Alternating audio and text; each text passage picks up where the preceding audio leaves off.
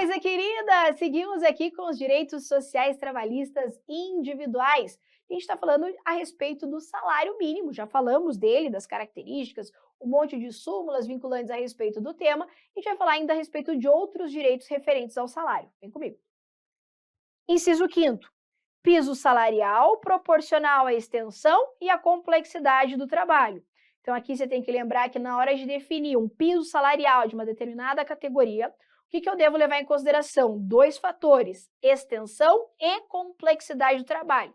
Na prova vai falar assim, que leve em consideração apenas a complexidade. Não, complexidade e extensão do trabalho. E lembra daquilo que eu já te falei, que a União já delegou aos estados a competência para legislar sobre piso salarial. Então, pode uma lei estadual definir piso salarial de determinada categoria. Tá. Irredutibilidade do salário, salvo o disposto em convenção ou acordo coletivo. O que a Constituição está me dizendo aqui? Ela está dizendo aquilo que a gente sabe, né? Uma vez definido o salário, não posso diminuir, não posso reduzir aqui o salário. Essa é a regra da irredutibilidade. Só que essa é uma regra que não é absoluta. Isso porque a própria Constituição permite que haja redução, portanto, do salário através de acordo ou convenção coletiva de trabalho. O que não pode aqui, em tempos de normalidade, é a redução do salário de forma unilateral. Então, o empregador está te pagando lá X mil, e daí ele chega e fala assim, olha, o negócio é o seguinte, agora nós vamos pagar menos tanto. Deixa eu ajeitar aqui tua carteira, agora você vai receber menos tanto. Isso não pode, estaria reduzindo aqui o valor do salário desse trabalhador. Isso só é possível se existir um acordo ou convenção coletiva. Isso porque nos acordos, nas convenções coletivas, existe um acordo, ou seja, existe uma bilateralidade. Eu tenho de um lado aqui os empregadores, mas eu tenho um sindicato, né, que representa aqui esses trabalhadores que vai estar defendendo ali os direitos, os interesses deles. Então, se há um acordo, aí sim seria possível a redução. Na prova vem assim, ó, irredutibilidade do salário sem qualquer exceção ou não podendo ser reduzido através de acordo ou convenção coletiva. Errado porque pode sim. O que ele não pode é ser reduzido de forma unilateral, ou seja, sem acordo ou convenção coletiva.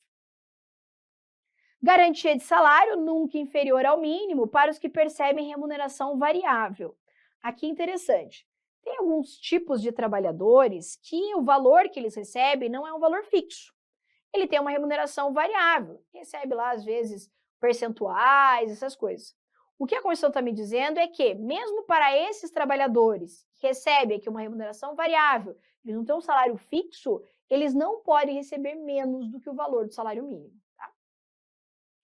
13º salário, com base na remuneração integral ou no valor da aposentadoria. Então, no base na remuneração integral, o salário total dele, ou se aposentado, com base no valor da aposentadoria. Vamos entender.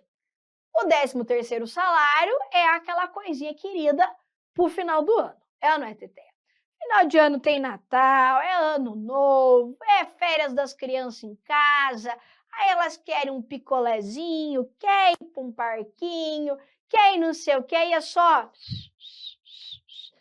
dinheirinho que voa. É, né? Quer comprar um presentinho, às vezes não tem dinheiro, não tem condição, pronto, vem o 13º salário para deixar o coraçãozinho um pouquinho mais quentinho, né? Ou pelo menos apagar o incêndio aí do final do ano. Então, o 13º salário é mais um salário que o trabalhador faz jus aí, geralmente pago ali 2 parcelas, né, no final do ano, para que ele possa ter condições de usufruir aí no final do ano com a sua família. Essa que é a ideia mesmo, né?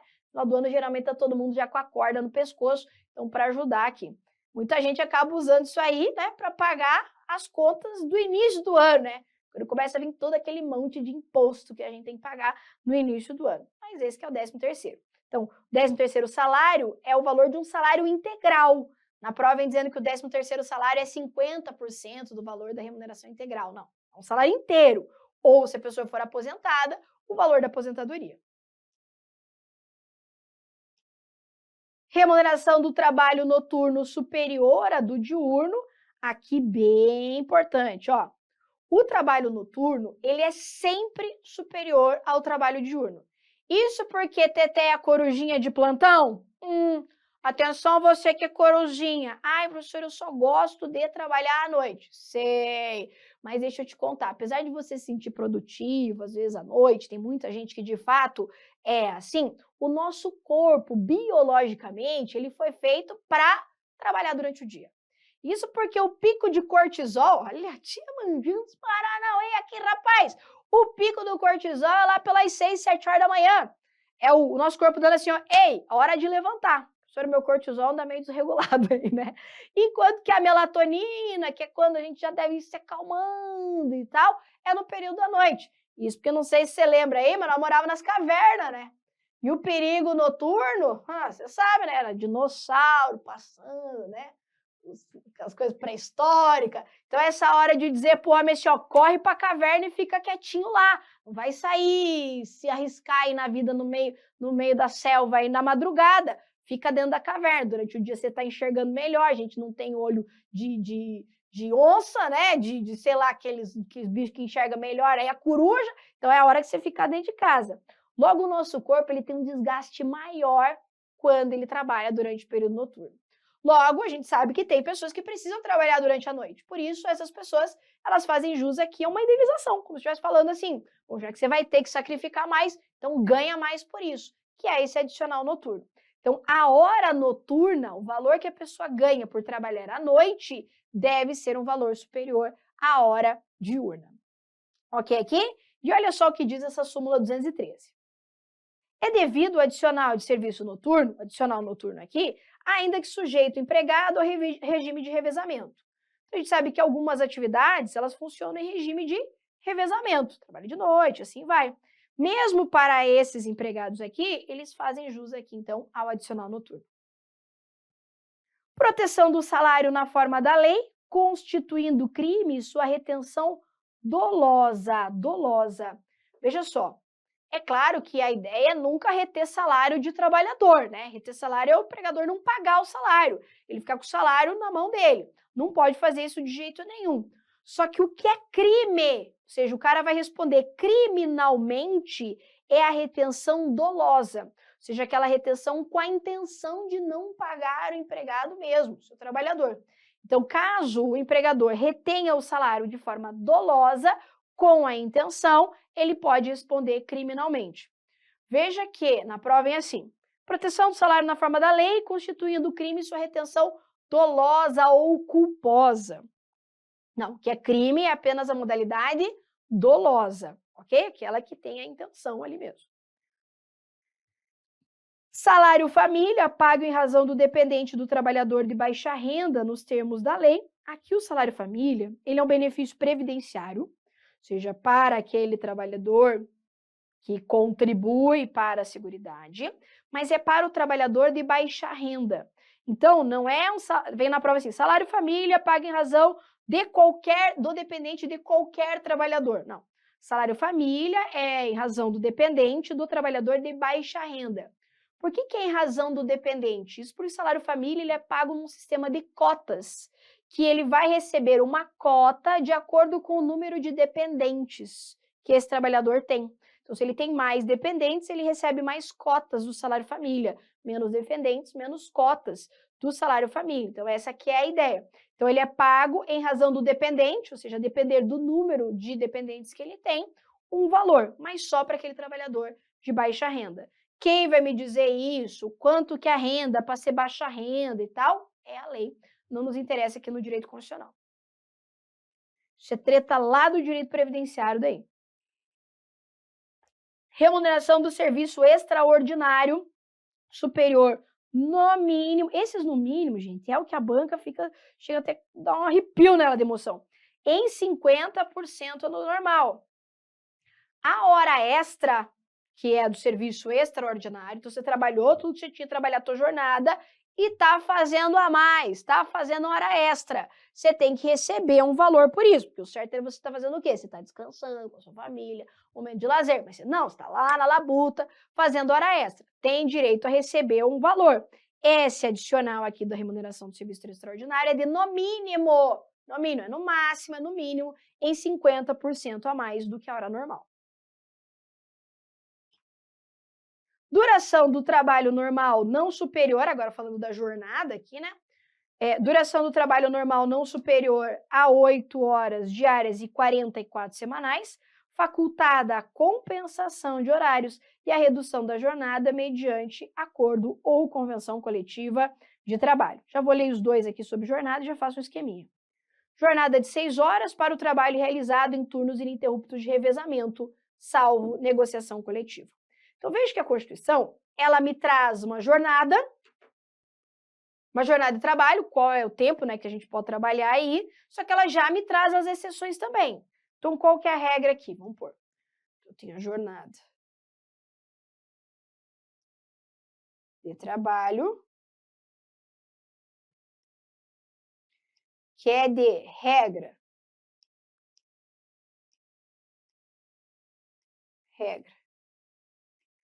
8 horas diárias ou 44 horas semanais. Só que isso aqui pode ser diferente. Tanto que ela fala ali assim, ó, facultada. Então, facultada. A compensação de horários.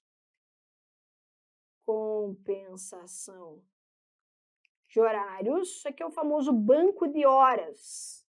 E ainda a possibilidade de redução da jornada mediante acordo ou convenção coletiva de trabalho. Então, qual que é a jornada? 8 horas diárias, 44 semanais. Pode ser mais? Se você trabalhar mais, você vai fazer uma compensação. Então, eu trabalhei 10 horas hoje, você está com crédito aqui.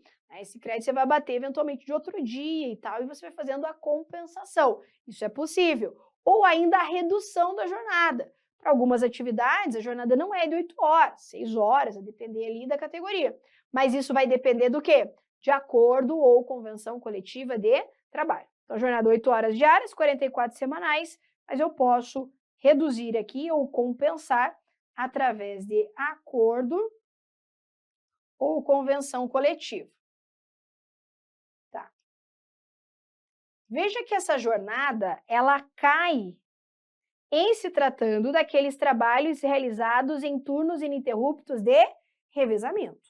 Então, a jornada, ela cai para 6 horas diárias aqui,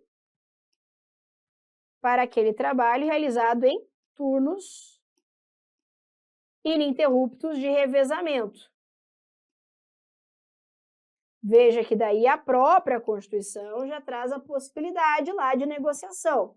Salvo, ou seja, dá para aumentar ou reduzir. Então, aumentar ou reduzir através também de acordo ou convenção coletiva de trabalho. Aliás, o STF tem várias jurisprudências sobre o tema, sobre essas atividades aí de revezamento. Então, por exemplo, a jornada lá de 12 por 36, né, geralmente aí a jornada de polícia, de bombeiro, ela não afronta a Constituição. Isso porque no final das contas, né, o trabalhador vai ter uma jornada de 36 horas no final, tá? Então, o cara trabalha 12 horas, por exemplo, num turno de revezamento, mas ele folga 36, tá? Então, daí, nesse caso, eu tenho aqui uma compensação, havendo, né, claro, previsão legal, acordo ou convenção coletiva.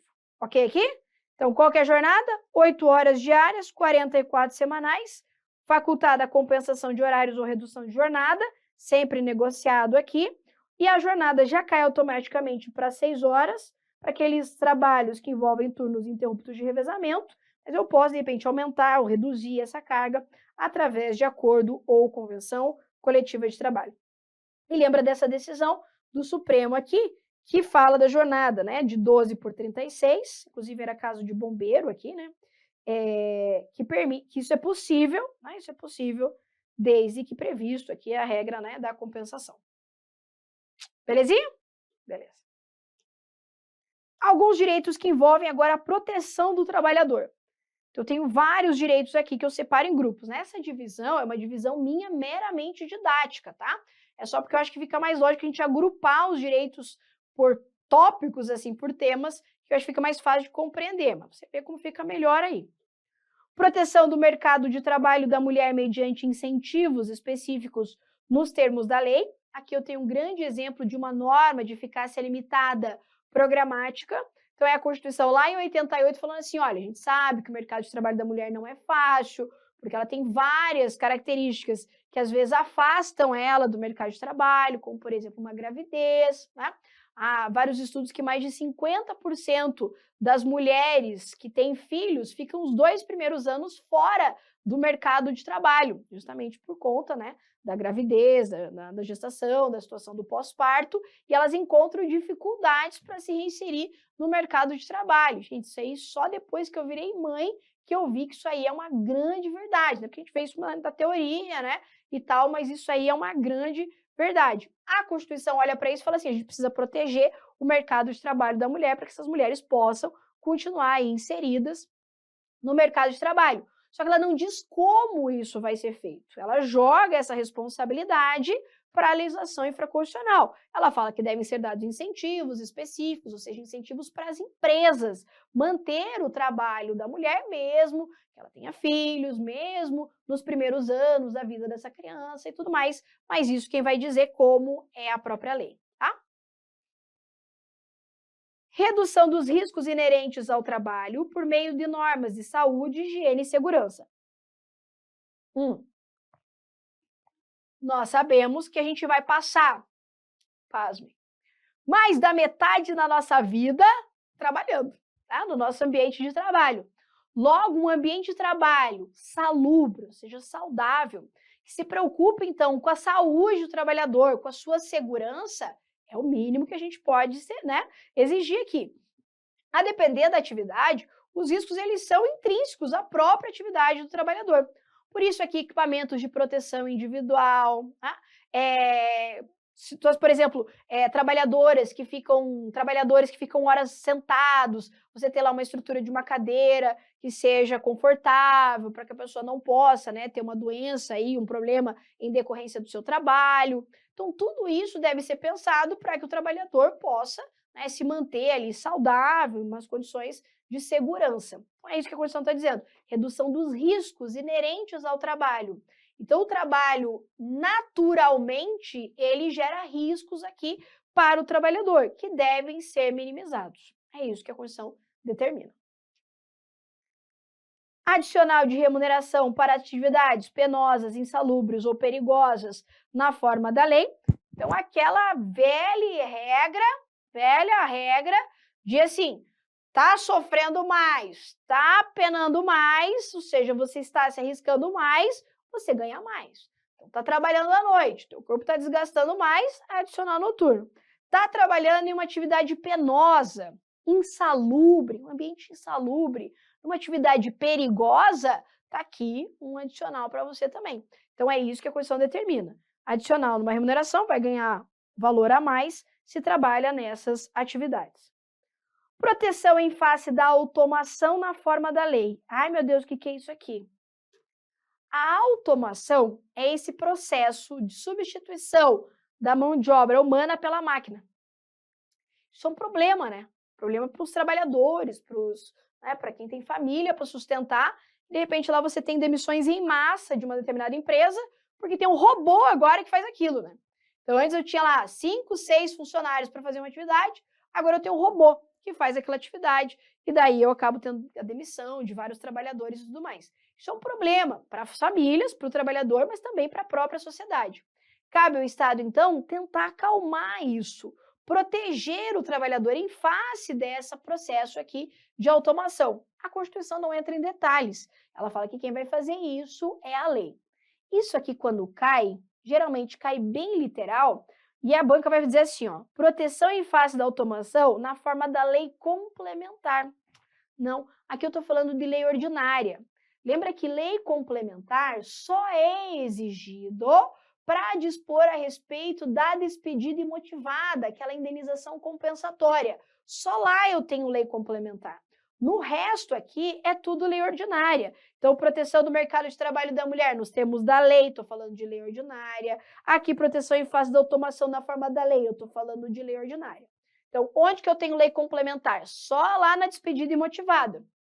Arbitrária ou sem justa causa, que vai falar sobre a indenização compensatória. Todo o resto, estou falando o quê? De lei ordinária, tá? E a banca vai colocar na forma da lei complementar. Errado.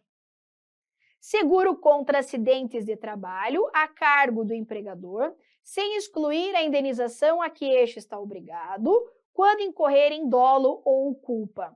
Aqui a gente tem que entender, para não confundir as coisas, olha só. No caso de acidente de trabalho, a Constituição ela me traz dois direitos aqui nesse inciso, ó. Então, no caso de acidente de trabalho, ela vai me falar no direito a um seguro, e ela vai falar de uma indenização. E uma coisa não tem nada a ver com a outra. Veja que o seguro, no caso de acidente de trabalho, ele é sempre devido. Então, teve um acidente de trabalho, o trabalhador vai receber o quê? Um seguro, valor para ele. Agora, ele vai ter direito a uma indenização apenas se o empregador, o chefe dele lá, agiu com dolo ou culpa. Então, a indenização, ela só vai ser paga se houver dolo ou culpa, ok? Agora, o seguro, o pagamento do seguro não depende de dolo ou culpa, ok?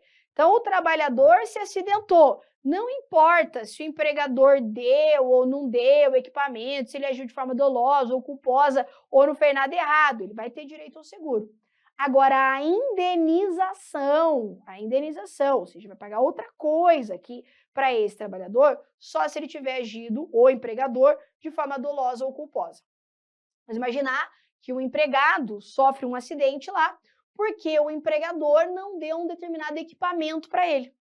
Então, ele tinha que ter lá um equipamento, sei lá, aquelas pessoas, né, que têm atividades em alturas, essas coisas, eu morro de medo de ver esse cara pendurado lá e tal, né? Só que não deu um equipamento adequado, não garantiu a segurança e ocorreu um acidente. Nesse caso, além do seguro, vai pagar uma indenização se agiu de forma culposa ou dolosa. O seguro não depende dessa análise. Ok aqui?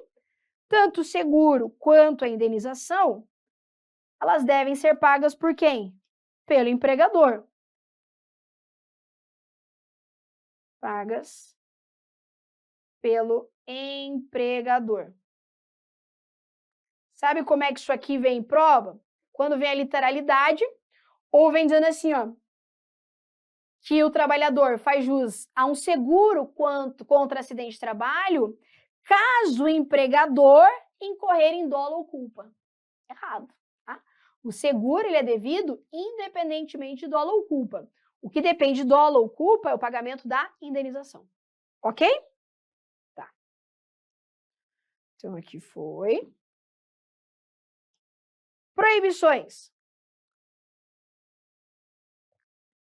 Proibição de diferença de salário, de exercício de funções e de critério de admissão por motivo de sexo, cor, idade ou estado civil. Como assim? A ideia é não fazer distinção na hora de contratação de forma arbitrária. Por exemplo, eu só contrato na minha empresa se for homem. Por quê? Não, só for contrato se for homem. Ou seja, não tem nenhuma característica naquele trabalho que faça com que necessariamente tenha que ser um homem ali trabalhando. Não, contrato só porque eu sou desse jeito, né? E eu não quero contratar mulheres. Isso não pode. Ou ainda fazer diferença contra a idade, em relação à idade do trabalhador. Claro que existem algumas idades em que a pessoa nem vai poder exercer aquela atividade. Por exemplo, a gente vai ver que o menor de 18 anos não pode trabalhar em período noturno. Então, nem que ele queira, o empregador vai falar, você não pode trabalhar para mim. Mas ele não está fazendo uma diferença em relação à idade, ele não está contratando porque ele não pode contratar, porque a própria Constituição proíbe também. Então, eu não posso fazer diferença de tratamento, por exemplo, na hora de contratar, ou pagar salário para a pessoa ser mais velha ou mais nova, né? Então, se você é mais novo, então, você é mais novo, aí vai ganhar menos e faz a mesma coisa, entendeu? Não pode. Ou ainda, contratar a depender do estado civil. Se é casada, a gente não contrata. Se é solteira, a gente contrata. Ei, que é isso, hein? Você acha que não existe? Teteia, existe. Eu vou contar uma história fictícia, né? Só para você memorizar. Tem um lugar fictício, né? Não existe, não vou contar. Não, existe sim, existia, parece que agora não tem mais. Que era um determinado cartório que ele só contratava coisa querida. Só lindinha, solteira. Não vou dizer qual que é. Mas ele só contratava as Miss e solteira. Você chegava no cartório, você tinha até que dar uma ajeitada, assim, porque você chegava lá, era assim, você achava o quê? Desfile, né? Victoria's Secret, isso aqui, as Angels, né? Tava ali atendendo no cartório. Só as teteias no balcão, só as teteias. As casadas, com filho, não sei o quê, tava tudo lá para trás. As beleza, tudo na frente. Aí, quando uma era mandada embora, você pensava assim, agora não vai ter como arrumar uma mais bonita. Não tem como, mas achava. Você fala assim, meu Deus do céu, que desgraça. Achar uma mais bonita. Um negócio louco. E diz as más línguas, não sei se é verdade, estou aqui só fazendo uma fofoquinha para você decorar aqui, né? Essa regrinha que tinha que ser solteira. Além de ser teté, tinha que ser solteira, tinha que estar lá no balcão, então total. As meninas sempre muito bem, sempre entenderam muito bem, tudo, não estou dizendo isso, mas tinha que ser teté, tinha que ser princesinha e solteira. Casada, não pegava emprego. Pode fazer isso? Não pode. Pode, pelo amor de Deus. Coitada das casadas, né? Tem que trabalhar também, ué, senão Deus me livre, né?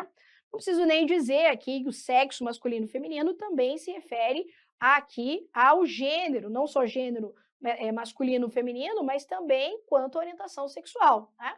Então aqui também não pode fazer essa diferença, ok? Então não esquece aqui, né? Proibição de diferença de salário, pode ganhar mais ou menos, de exercício de função e ainda de critério de admissão por motivo de sexo, idade, cor ou estado civil.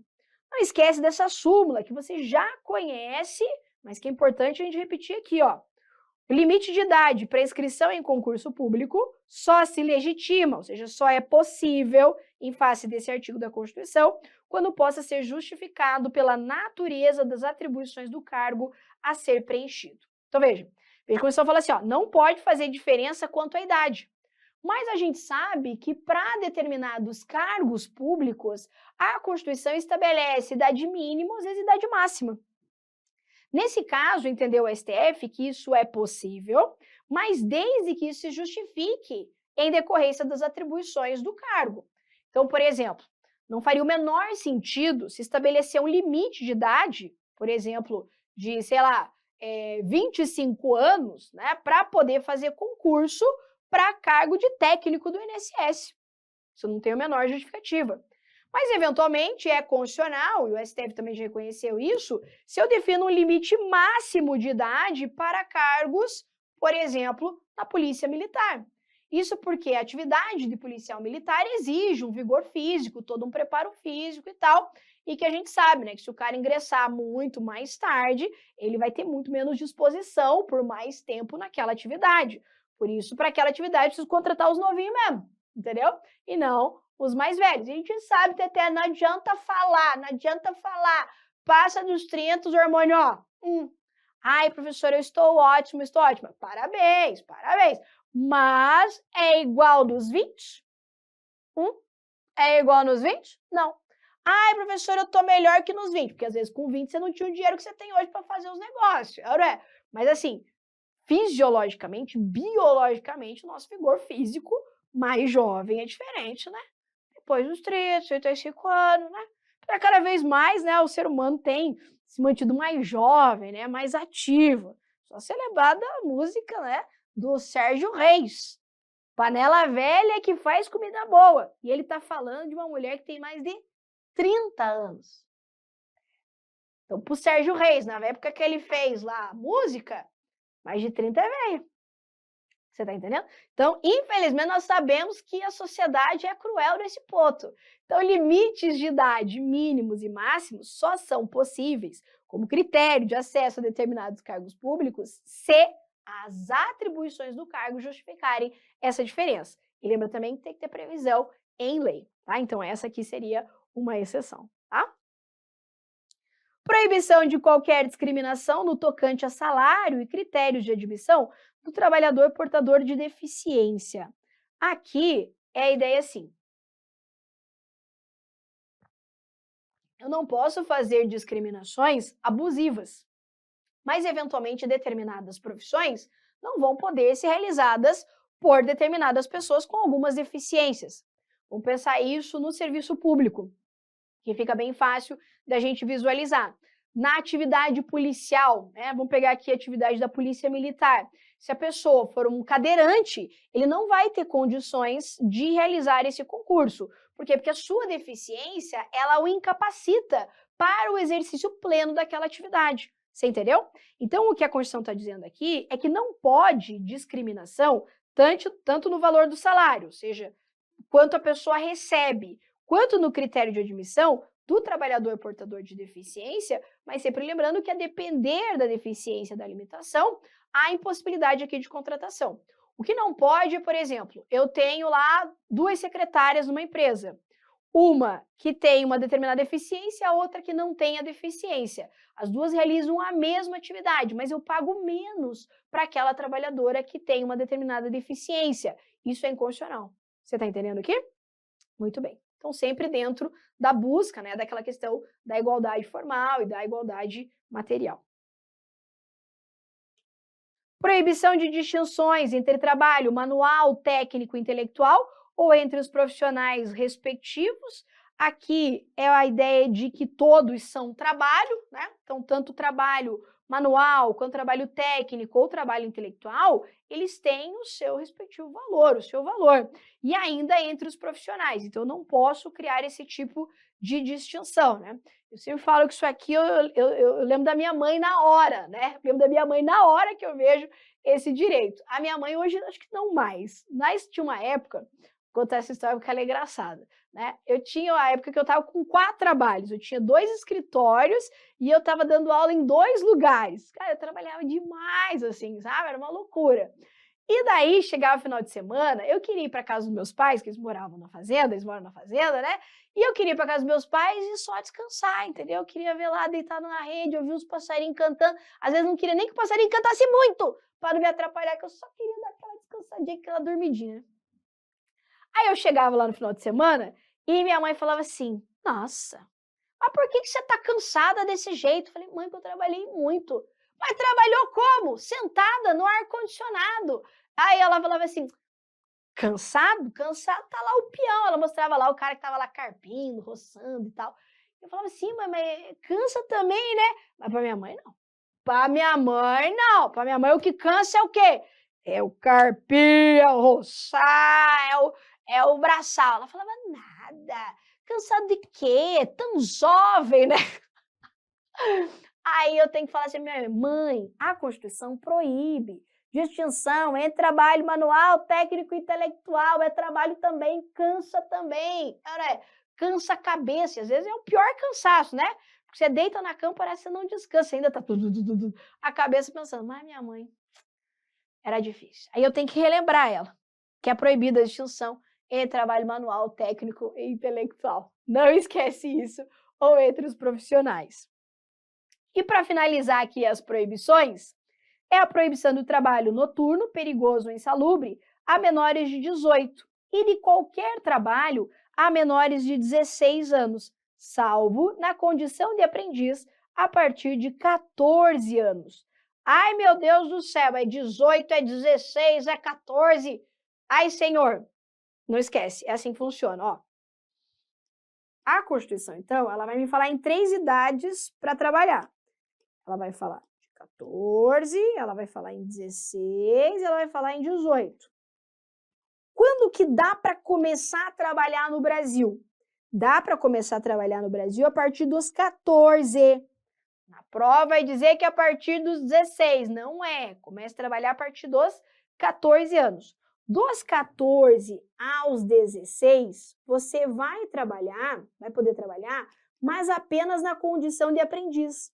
Ou seja, não é qualquer trabalho. É trabalho, porque aprendiz é trabalho, não é isso? Claro que é trabalho. Mas vai trabalhar, então, na condição de aprendiz. A partir dos 16, você vai poder exercer qualquer trabalho. Você vai poder trabalhar não apenas na condição de aprendiz. Só que você, até os 18, não vai poder realizar nenhum trabalho que seja durante o período noturno, que seja uma atividade perigosa ou insalubre. Então, os menores de 18 anos não podem trabalhar em período noturno, em atividade perigoso aqui, ou insalubre. Então, na prova, vai falar o seguinte, que a idade para o trabalho no Brasil é a partir dos 16 anos. Erradinho! A idade para trabalhar no Brasil é a partir dos 14 anos. Ok aqui? Muito bem. Eu só vou comentar aqui também uma decisão bastante recente do Supremo Tribunal Federal, que vai falar de uma situação de uma trabalhadora rural menor de 16 anos. Então, ela trabalhava no rural, né? Na zona rural, só que ela é menor de 16 anos e não era aprendiz, não era situação de aprendiz. E ela estava trabalhando, então, de forma irregular. E ela pediu aqui a concessão do salário maternidade. Engravidou e queria aqui o direito ao salário maternidade.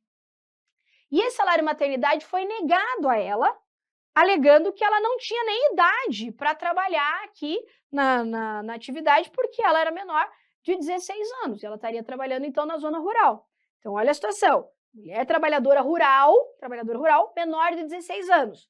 Ela poderia estar trabalhando nessa atividade? Não, por quê? Porque ela teria que estar trabalhando apenas como aprendiz, e não era a situação de aprendiz. E daí ela entrou com um pedido de salário família, certo? Trabalhador aqui, salário família não, salário maternidade. E daí isso foi negado a ela, dizendo, ó, você nem tem idade para trabalhar aqui, então eu te nego esse direito. E o que o STF falou? Ele falou assim, uma coisa é uma coisa, outra coisa é outra coisa. Os direitos trabalhistas estão aqui para proteger o trabalhador. Se ela está trabalhando de forma irregular aqui, isso é uma outra história. Agora, se ela é trabalhadora, isso é reconhecido, ela faz jus aos direitos trabalhistas, ainda que o seu trabalho seja irregular. Mas daí quem deve sofrer penalidades é o empregador e tudo mais. Você entendeu? Então, aqui o Supremo Tribunal Federal entendeu que é possível a concessão de salário maternidade para a trabalhadora menor de 16 anos. Eu vou dar um exemplo aqui, ó, concessão, salário, maternidade, para a trabalhadora menor de 16 anos. Isso porque eu não posso, né, interpretar aqui uma norma da Constituição, mesmo proibitiva, para prejudicar ou privar direitos do trabalhador. Você entendeu? Então, mesmo o trabalhador, se ele estiver trabalhando irregular, mas for reconhecida ali a situação, né, dele, aí ele vai fazer jus aos direitos trabalhistas e previdenciários, como é o caso aqui do salário maternidade, mesmo que estivesse trabalhando de forma irregular, ou seja, uma idade aqui que não poderia estar realizando esse trabalho, tá? Bem aprofundadinha aqui essa jurisprudência. Belezinha?